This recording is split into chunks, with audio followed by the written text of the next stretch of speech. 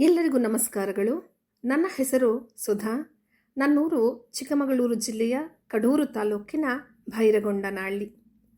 ಇಂದು ನಾನು ನಿಮ್ಮೊಟ್ಟಿಗೆ ಸ್ನೇಹವನ್ನು ಕುರಿತಂತೆ ಒಂದಷ್ಟು ಮಾತುಗಳನ್ನು ಹಂಚಿಕೊಳ್ಳಲು ಇಚ್ಛಿಸುತ್ತೇನೆ. ಸ್ನೇಹ ಎಂಥ ಚಂದ, ಮಿತ್ರಬಂಧ. ನಗುವ ಸ್ನೇಹಿತರ ಜೊತೆ ಇದ್ದರೆ ಅಲ್ಲಿ ಸ್ವರ್ಗ ಸೃಷ್ಟಿಯಾಗುತ್ತೆ ಅನ್ನುತ್ತಾರೆ. ಈ ಮಾತು ಸತ್ಯ.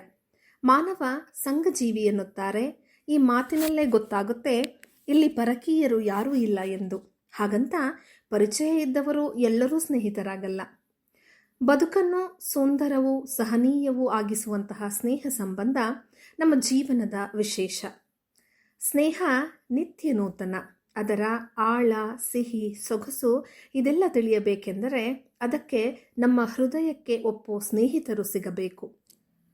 ಗೆಳೆಯರನ್ನು ಮಾತ್ರ ಆಯ್ದುಕೊಳ್ಳಲು ನಮಗೆ ಮುಕ್ತ ಅವಕಾಶ ಸಿಕ್ಕಿದೆ ಎನ್ನಬಹುದು.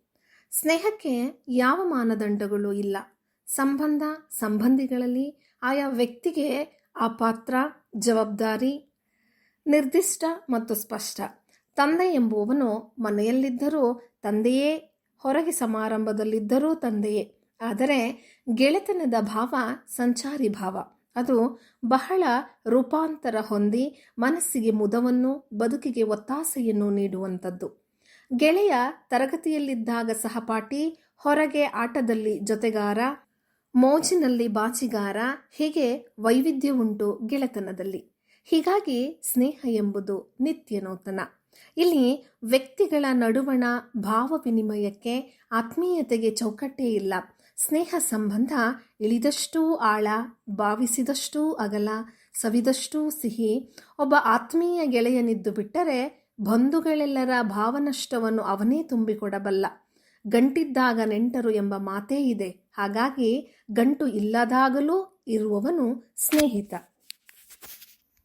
ಆದರೆ ನಿಜವಾದ ಗೆಳೆತನದ ಪರೀಕ್ಷೆಯಾಗುವುದು ಕಷ್ಟಕಾಲದಲ್ಲೇ ಎಂಬುದೂ ಅಷ್ಟೇ ನಿಜ.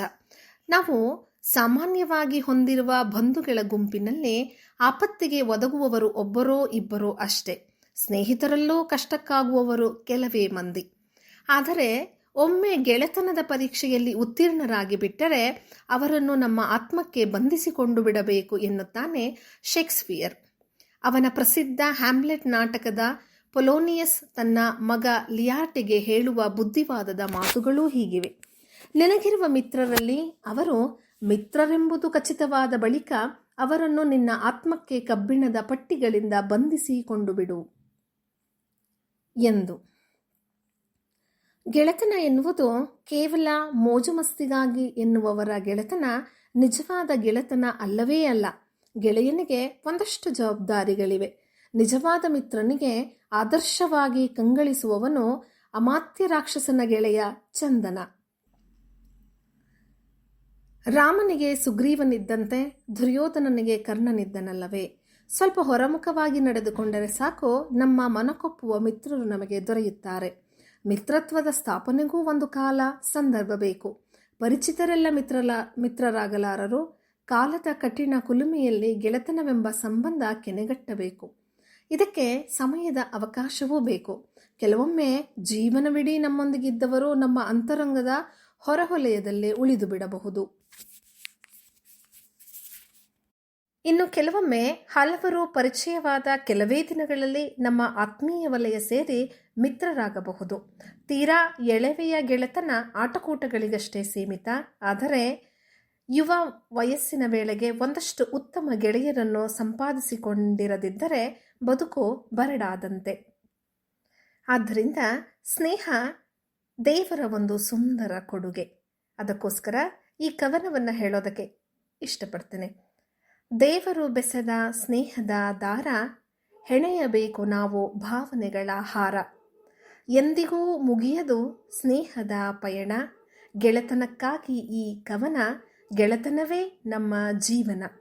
ಗೆಳೆತನವಿಲ್ಲದ ಜೀವನ ಬರಡಾದಂತೆ, ಬರಡು ಭೂಮಿಯಂತೆ, ಬಾಡಿ ಹೋದ ಹೂವಿನಂತೆ. ಎಲ್ಲರಿಗೂ ಧನ್ಯವಾದಗಳು. ಅವಕಾಶಕ್ಕಾಗಿ ಧನ್ಯವಾದಗಳು.